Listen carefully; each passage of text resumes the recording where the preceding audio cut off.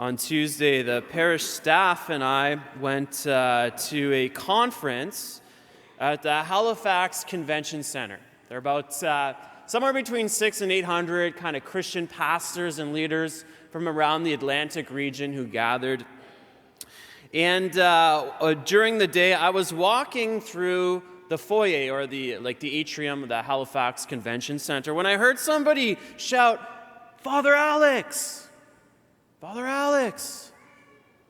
And so I kind of turned to face this mysterious voice, and over to me walked a pastor from Salvation Army Church, and he came up to me. He said, "Are you the world-famous Father Alex Colati?"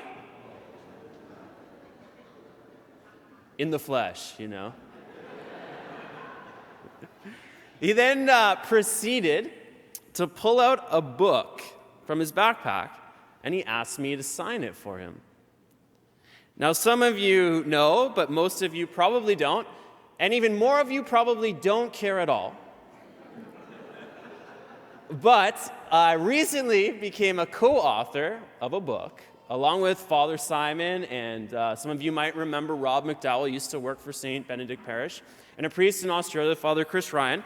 We wrote a book called Preaching on Purpose, a divine renovation handbook for communicating the gospel today. Now, you may notice my name appears higher than Father Simon's on the list of authors. It is in alphabetical order, but I'll take it where I can get it. Now, it's been a bit of a journey. It took us a year and a half to write this book. We wrote most of it during the pandemic. Lots of works, blood, sweat, and tears. And anyway, it was published at the end of September. It's on Amazon. It's been really kind of cool. Like write these things, you don't know what to expect. And it did appear briefly. Amazon.ca, #1 bestseller in both of its categories. Christian ministry, Christian preaching. It's very cool, exciting. I think that happened to be the day my mom bought hundreds of copies.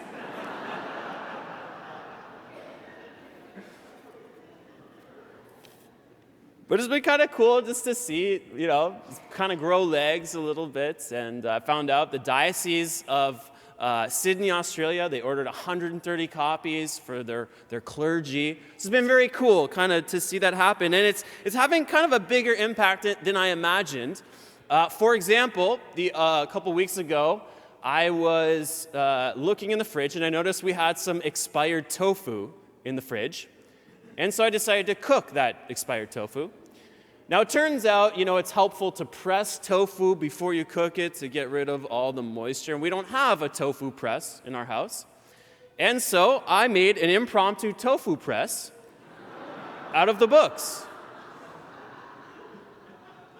So it's having application and impact far greater than I ever expected.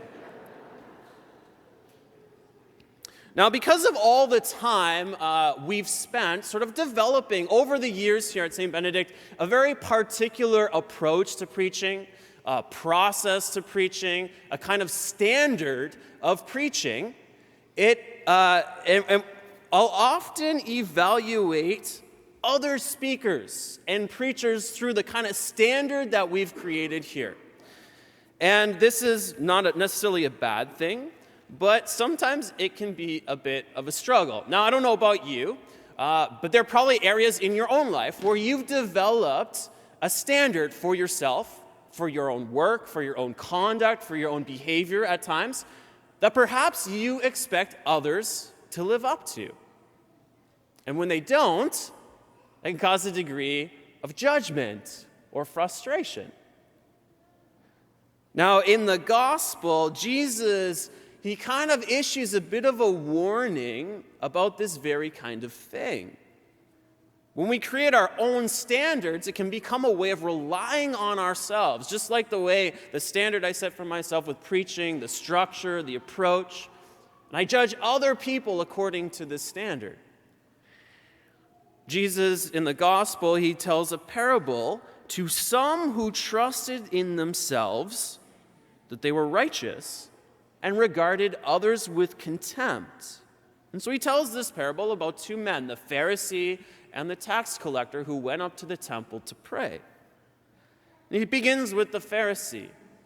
Now, the Pharisee, he's a religious leader, just kind of like me. He's a man of the law, trying to follow the rules and teachings of the ancient Jewish faith. I mean, I don't follow the Jewish faith. I'm Catholic, but you understand what I'm trying to say. So the Pharisee, standing by himself, was praying thus, God, I thank you that I am not like other people, thieves, rogues, adulterers, or even like this tax collector, right? The other guy in the temple standing nearby. I fast twice a week. I give a tenth of all my income. So he's living by a kind of standard. And now it's not a bad standard. It's kind of the standard of the Jewish scriptures and the teachings. However, we can see quite clearly that there's something wrong in his heart. He's sick on the inside.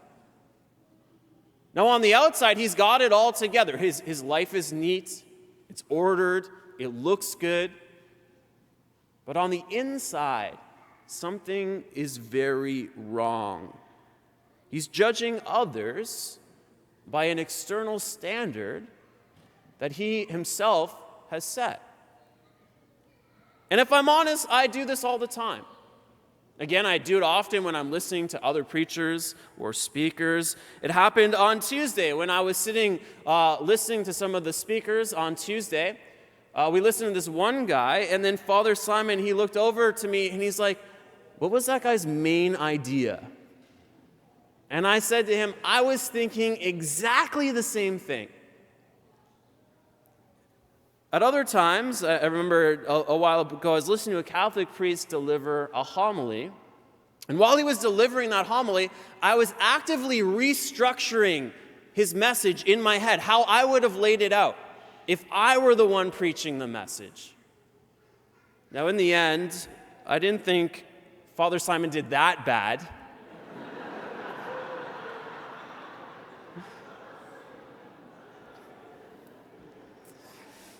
God, I thank you that I am not like Father Simon. Now, maybe you too have a set of standards by which you are often judging other people around you. Now, contrast that with the tax collector. The tax collector, by contrast, doesn't have it together at all. He's a known sinner. He's a social outcast. He's a reject because he's considered a traitor to his very own people. And so he comes before the Lord in the temple, and it says, standing far off, he would not even look up to heaven. He was beating his breast and saying, God, be merciful to me, a sinner. See, he hasn't believed or trusted in a standard that he set for himself. The only standard he has is the standard of God's mercy. He asks God to be merciful to him, and that's it. That's all he has. That's all he has to bring before God. Nothing, not any of his actions, not any of his conduct, not anything about his life, but only to trust and rely in God's mercy for him.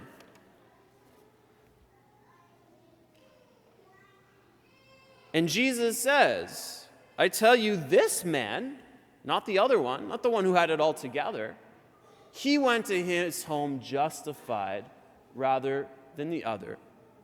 For all who humble themselves will be exalted, and all those who exalt themselves will be humbled. One was pleasing to God, and the other wasn't. Now, I don't know about you, but when I die, I want them to write, he was humble on my statue.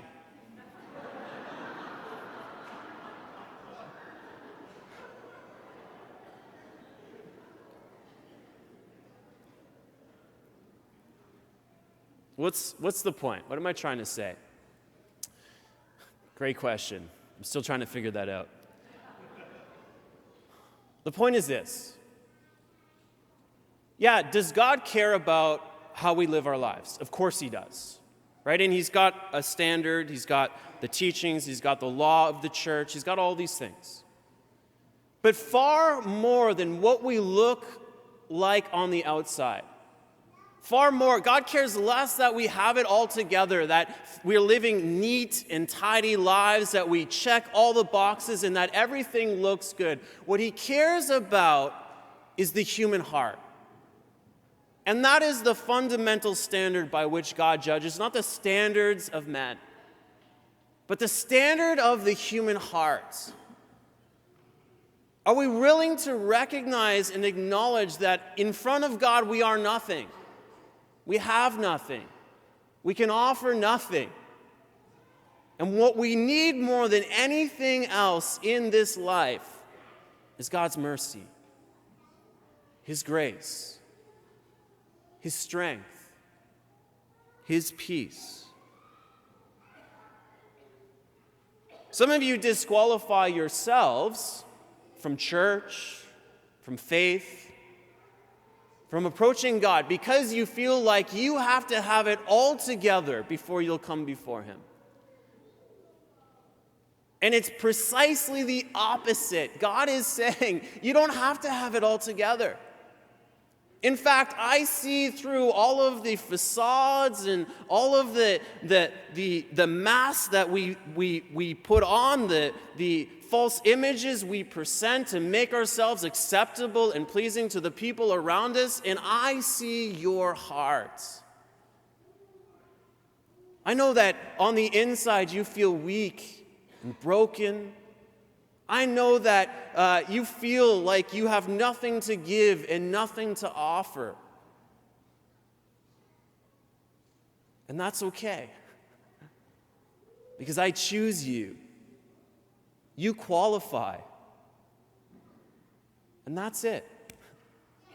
We don't have to have anything to offer. All we have to do is ask, God, have mercy on me, a sinner. God loves a humble heart. That's all that he wants. Now, one of the best ways that I know we can grow in the gift of humility is by serving the people around us, by serving the needs of others. Why? Because it orients our attention away from ourselves to the people around us. That's part of the reason why we've been in this preaching series, Pick Up an Oar, inviting people into ministry to serve others. Because in this myopic world in which we live, we're so focused on ourselves and what we need and what we desire. We need to constantly be reminded that this life is not about ourselves. It's about serving God and the people around us. That's why it's part of what we call our game plan, which is sort of the journey of the disciple. And there's all these kind of different elements. And serving others, plays a key role in our mission of making disciples here at St. Benedict. Last week, we gave people an invitation to sign up in ministry. I was blown away by the response. Like, this parish, you guys are amazing. You're so generous with your time. We had over 80 people sign up last week to get involved in ministry, on top of the over 500 people who already serve in a regular basis in this church. It's amazing. You guys constantly exceeding my expectations and blowing me away. It's awesome. And now anyone, if you weren't here last week and you're looking for an opportunity, you're like, yeah, I want to serve too. I want to play a role. I want to pick up an oar. You can talk to me after Mass, Father Simon. You can go to the Next Step Center. You can go to our website. We're always looking for more people to serve in their gifts and to step up and offer their gifts in serving others. Jesus said, right, I am among you as one who serves. He said, the Son of Man has come not to be served, but to serve. And as disciples of Jesus, we want to imitate him by following him, living like him, and loving like him. Now, it's not just a question of whether a person is a Pharisee or the tax collector. In fact, often the tendency or the temptation is to think of the people, oh yeah, this person, they're a Pharisee. Right? I can think of this judgmental person. And that in itself is to become like the Pharisee, right? Who said, thank you, God, that I am not like the tax collector. The question is, where in my life and in my heart do I live like the Pharisee? Where is the Pharisee in me? And to bring and expose those areas of our heart and our life to the truth of God.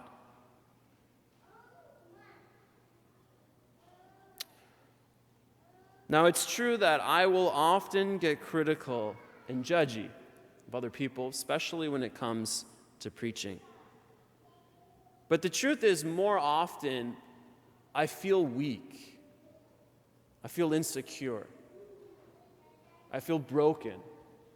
In fact, one of the areas in my life where I feel most consistently desperate and weak is when I'm preparing to preach. Even today, honestly, I got up here, I hate this. I hate everything I've said. I do. I feel insecure. I feel like I have nothing to give. I will often spend hours in prayer begging God for the grace to have something to say because I feel uninspired. I feel like I have nothing to offer and nothing to give. And there's a prayer I often make that I heard another priest say that I've made my own. Lord, I am nothing. I have nothing. And I can do nothing. But Lord, if you can use nothing, use me. And I wonder perhaps if that's why God's given me an opportunity to be here, to preach, to write a book with Father Simon and others. Not because I think I have something to say, but precisely because I don't think I have anything to say at all. And I think God can use that. And God can use anyone who's willing to admit that they don't have anything, because God can use that person.